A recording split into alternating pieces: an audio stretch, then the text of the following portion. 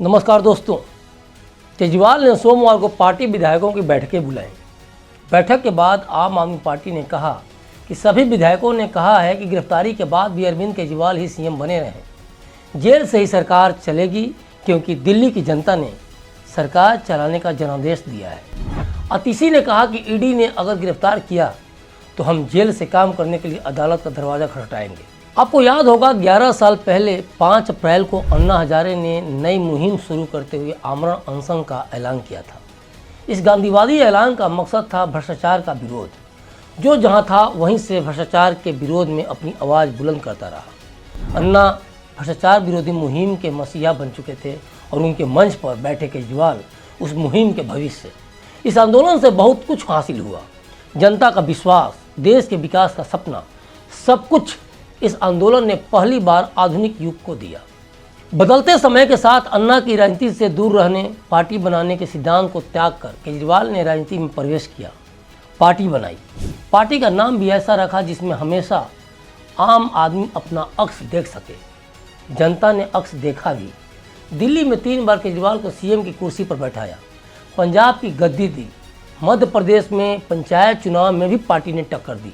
ये सब तब तक हुआ जब तक केजरीवाल के मंत्रियों की जेल यात्रा शुरू नहीं हुई। अब कोई ऐसा दिन नहीं जाता जब केजरीवाल के मंत्री या नेताओं पर आरोप नहीं लग रहे, वे जेल नहीं जा रहे। दिल्ली में तो खुद की पार्टी को कट्टर ईमानदार पार्टी बताने वाले केजरीवाल सरकार के कई मंत्री जेल में हैं और अब केजरीवाल के जेल जाने के दिन काफ़ी नज़दीक हैं। देखा जाए तो पूरा मामला यहीं आकर टिक जाता है, क्योंकि यहाँ से केजरीवाल की राजनीति के अंत का आरंभ शुरू हो चुका है। केजरीवाल ने कल्पना भी नहीं की होगी कि वे एक दिन जेल जाएंगे। उन्होंने पेपर्स पर खुद को साइनिंग अथॉरिटी से दूर रखा, लेकिन गलत कभी छुपता नहीं और उन्हीं का साथ देने वाले शराब घोटाले में सरकारी गवाह बन गए और केजरीवाल के जेल जाने का रास्ता धीरे धीरे तैयार होता गया। केजरीवाल ने जिस भ्रष्टाचार विरोधी आंदोलन को राजनीति में प्रवेश का अपना हिडन एजेंडा बनाया, आज उनके उसी हिडन एजेंडा की पोल खुलने पर उनकी पार्टी नेताओं और मंत्रियों को जेल पहुंचा रहा है, क्योंकि ये एजेंडा उनके ऊपर या उनके मंत्रियों के ऊपर लगने वाले आरोपों से कोसों दूर था। केजरीवाल को लगता रहा कि वे जनता को हमेशा समझाते रहेंगे कि वे कट्टर ईमानदार हैं और जनता समझती भी रहेगी। लेकिन केजरीवाल के लिए ये भी एक बुरा स्वप्न से कम नहीं है कि मनीष सिसोदिया जब जेल जा रहे थे तो सड़कों पर विरोध भी हुआ। लेकिन क्या आपने केजरीवाल के जेल जाने की संभावना को लेकर जनता में अब तक कोई सुगबुगाहट सुनी? जब केजरीवाल भ्रष्टाचार विरोधी राजनीति के भविष्य थे तो ऐसा क्यों हुआ? क्योंकि जनता खुद को छला हुआ महसूस कर रही है। जनता को पता है कि चाहे बात केंद्र की हो या राज्य सरकारों की, भारत के इतिहास में आज तक शायद ही किसी ने देखा या सुना हो कि एक बहुमत से चुनी हुई सरकार के सारे बड़े मंत्री जेल में हैं या जेल जाने की तैयारी में हैं। यहाँ तक कि अब मुख्यमंत्री भी जेल जाने वाला है। तो क्या सच में केजरीवाल सरकार भ्रष्टाचार में लिप्त है, इसलिए उसके मंत्री आए दिन जेल जा रहे हैं? क्या केजरीवाल सरकार ने भ्रष्टाचार का एक ऐसा पहाड़ खड़ा कर दिया है जिसे छुपाना उसके वश की बात नहीं रह गई है और इसीलिए वे या उनके मंत्री एडवांस में ही स्टेटमेंट दे रहे हैं कि अब मुझे मोदी सरकार जेल में डालेगी? या फिर वे इसलिए जेल में हैं कि मोदी सरकार निरंकुश हो गई है? क्या दुनिया की सबसे भ्रष्ट सरकार भारत में है? जी नहीं, बात ऐसी नहीं है। बात ऐसी होती तो केजरीवाल सरकार से पहले भी भारत के इतिहास में ऐसे उदाहरण देखने सुनने को मिलते। लेकिन केजरीवाल भारत की जनता को यही बताना चाहते हैं कि मोदी सरकार निरंकुश हो गई है। सुप्रीम कोर्ट से लेकर जांच एजेंसियों तक सबने केजरीवाल सरकार को कटघरे में खड़ा किया है। तो क्या केजरीवाल ये कहना चाहते हैं कि मोदी सरकार की तरह सब गलत कर रहे हैं? आपको याद होगा कि कैसे शुरू में केजरीवाल ने दिल्ली पुलिस को अपने अधिकार क्षेत्र में लाने की मांग की थी, कैसे सड़कों पर आए दिन धरना प्रदर्शन कर रहे थे। केजरीवाल की शुरू से ही नीति रही है कि जो वे सही समझते हैं वो सबकी नज़र में सही हो और जो वे गलत समझते हैं वो सबकी नज़र में गलत हो। देखा जाए तो भारतीय राजनीति में अगर सबसे डरा हुआ कोई है तो वो है केजरीवाल। केजरीवाल को जितना पता है उससे ज़्यादा जनता को पता है कि उन्हें किस भ्रष्टाचार विरोधी मुहिम का भविष्य समझकर जनता ने वोट दिया था।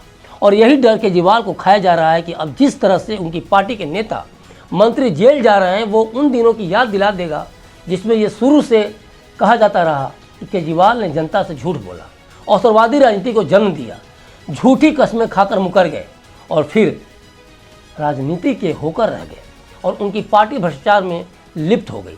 और ऐसा होता है तो क्या होगा? केजरीवाल की राजनीति खत्म हो जाएगी। केजरीवाल का जेल जाना तो तय है। उनकी पार्टी के नेता और दिल्ली सरकार के स्वास्थ्य मंत्री सौरभ भारद्वाज ने तो अपने लिए जेल में बैरक अलॉटमेंट की बात भी कह दी है। सौरभ कहते हैं कि ऐसे लग रहा है कि हम सभी जल्द में जेल में होंगे। हो सकता है कि आतिशी को जेल नंबर 2 और मुझे जेल नंबर 1 में रखा जाएगा और हम जेल के अंदर बैठकें करेंगे। एक बड़ा सवाल ये है कि क्या केजरीवाल और उनकी पार्टी को ये पूरी तरह एहसास हो चुका है कि अगर उनकी कट्टर ईमानदार छवि धूमिल होती है और लोग उन्हें भ्रष्टाचारी समझने लगते हैं तो क्या आम आदमी पार्टी का द एंड हो जाएगा?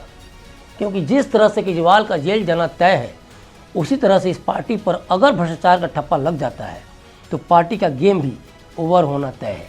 क्योंकि जिस बेस पर पार्टी उभरी है उस बेस के उल्टा होने पर इस पार्टी का खत्म होना भी तय है। तो क्या खुद के द्वारा स्थापित कट्टर ईमानदार की छवि को बचाने के लिए केजरीवाल कुछ ऐसा करेंगे जो अन्ना आंदोलन के समय हुआ था? क्या केजरीवाल केंद्र सरकार की भ्रष्टाचार विरोधी कार्रवाई को जेल भरो आंदोलन में तब्दील करने वाले हैं? क्या केजरीवाल जेल में कैबिनेट मीटिंग्स या अधिकारियों की मीटिंग्स करने की प्लानिंग करने वाले हैं?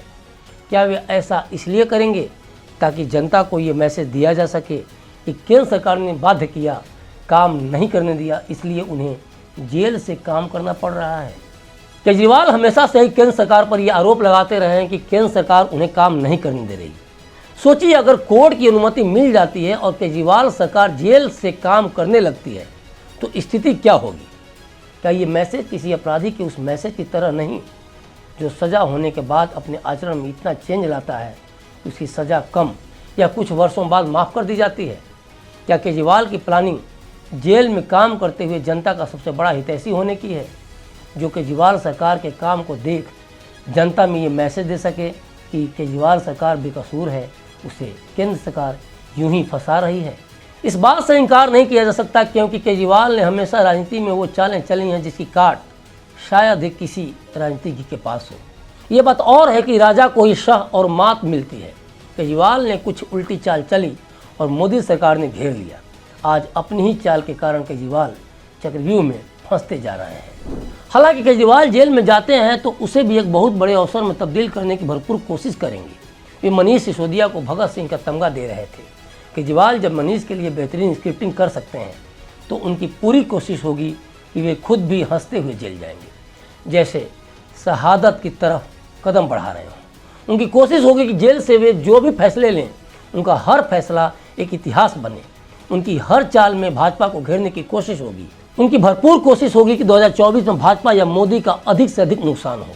उनकी भरपूर कोशिश होगी कि जेल से कुछ वैसी अनाउंसमेंट की जाए जो जनता को सुकून दे और साथ ही उस सुकून से केजरीवाल के प्रति हमदर्दी भी निकले। दिल्ली और पंजाब में पार्टी अब सरकारें चलाती है और इसके सुप्रीमो केजरीवाल भारत के प्रधानमंत्री बनने की महत्वाकांक्षा भी रखते हैं।